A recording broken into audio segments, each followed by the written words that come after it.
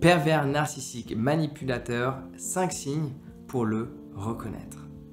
Donc dans cette vidéo, je vais partager 5 signes qui laissent prétendre qu'une personne que tu connais, une personne de ton entourage, proche ou éloigné, est un pervers narcissique manipulateur et il va falloir commencer à s'en méfier. Donc en fonction du nombre de signes que cette personne va cocher, il va falloir prendre une décision qui est de s'en mêler, de créer de la distance avec cette personne. Évidemment, si tu t'aperçois que une des personnes à laquelle tu penses a un de ces 5 signes, ça ne signifie pas que cette personne est un ou une perverse narcissique manipulatrice. Ça ne signifie pas cela. Mais il va falloir prêter attention. Par contre, cette personne coche les 5 cases, coche les 5 signes qui prouvent que cela est un pervers narcissique manipulateur, il va falloir prendre la décision de créer de la distance avec cette personne parce que sinon cela ne va pas être bien pour ton bien-être au quotidien, pour simplifier. Un premier signe pour reconnaître un pervers manipulateur narcissique, on peut le mettre dans l'autre sens, c'est que cette personne va adopter régulièrement la posture de la victime. Et ça, c'est quelque chose qui est assez peu partagé, mais c'est le cas. Ça ne va pas être une victime de sa vie, mais cette personne va adopter la position de la victime. Pourquoi cela? Parce qu'une victime, elle a besoin d'attention. Une victime reçoit de l'attention. On est aux petits soins pour elle, parce qu'elle est victime de quelque chose. Donc le pervers narcissique manipulateur va souvent adopter cette position de victime sans pour autant que cette personne soit victime d'une circonstance aggravante afin de récupérer ton attention. Parce que ton attention a besoin d'être sur elle. Elle se nourrit à travers l'attention des autres. Et la posture de la victime est la meilleure des stratégies pour recevoir de l'attention. Donc un pervers narcissique manipulateur va souvent adopter la position de la victime. Secondement, pervers narcissique manipulateur va avoir souvent tendance à dénigrer son entourage. Et quand je parle d'entourage, c'est pas uniquement ses collègues. C'est dénigrer ses collègues, dénigrer ses amis, dénigrer sa famille. Plus souvent parler d'une manière négative que d'une manière positive. Et cela va être vraiment dramatique. Donc il faut absolument se méfier de cela parce que c'est pas du tout une bonne chose. Je vais essayer de rester focus parce que là il se passe un truc, on vient de se faire livrer à manger, j'ai super faim. Passons ce détail, tu dis mais pourquoi il nous raconte ça? Mais parce qu'en fait je vois la nourriture qui est en train d'arriver, mais on vient à l'instant de s'en occuper, donc c'est génial. Donc on peut rester focus sur ce qu'on est en train de dire.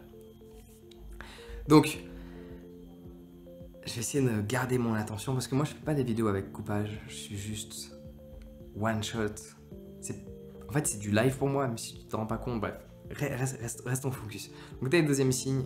Voilà. Troisième signe qui prouve qu'une personne est un pervers narcissique manipulateur, c'est un ego démesuré. Tout doit tourner autour de cette personne.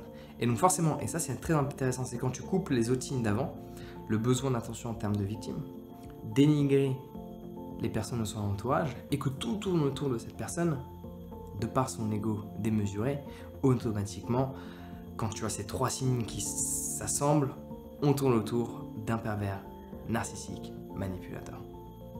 Et donc quand tu cumules avec le 4e signe, là c'est la cerise sur le gâteau. Le 5e limite n'a plus d'importance. C'est le 4e signe qui prouve qu'une personne est un pervers narcissique manipulateur. Cette personne va vouloir t'écarter de ton entourage actuel. Il peut y avoir un isolement, ça c'est un classique, il peut y avoir un isolement fait. Mais là où c'est intéressant, c'est surtout l'écartement de l'environnement actuel.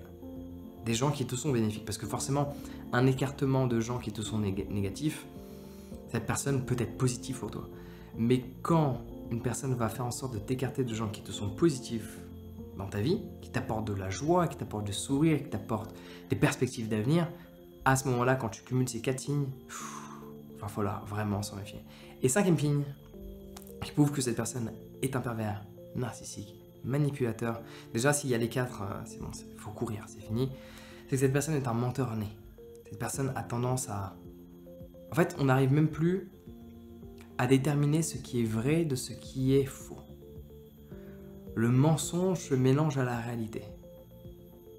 Et c'est cette confusion. Donc en fait, si tu veux, l'ensemble de tous ces éléments fait qu'il n'y a plus de doute.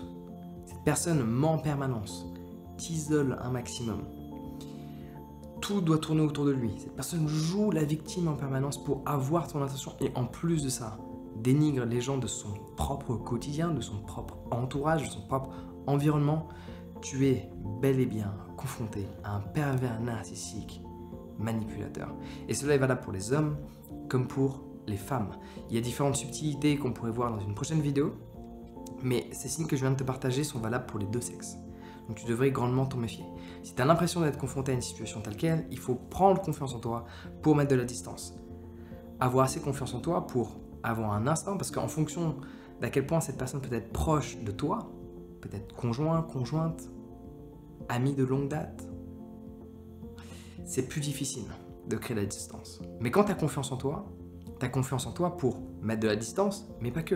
Tu as confiance en toi pour te créer un nouvel environnement, de te créer un nouvel entourage. Tu as confiance en toi pour aller vers une nouvelle vie, te confectionner un nouvel environnement. Donc si tu veux prendre cette confiance en toi, tu peux t'inscrire à ma formation sur la confiance en soi.